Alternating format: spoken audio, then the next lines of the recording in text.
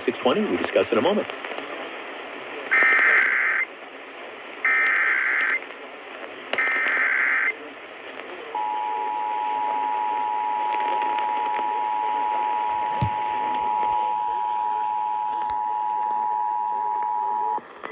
A child abduction alert has been issued in Milwaukee County for the following child. Kennedy A. M. Parker, age 1, female, black, 2 feet 0 inches, 35 pounds, with black hair, brown eyes, and a scar above the right eyebrow. Child was last seen in the 2400 block of North 50th Street and is missing from Milwaukee, Wisconsin, last seen only in a diaper.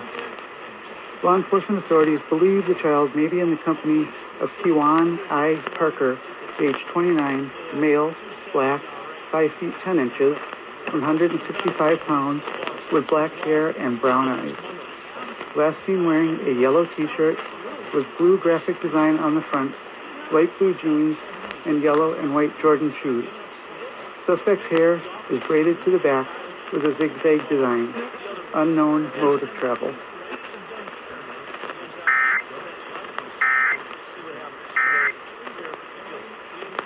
Don't go anywhere.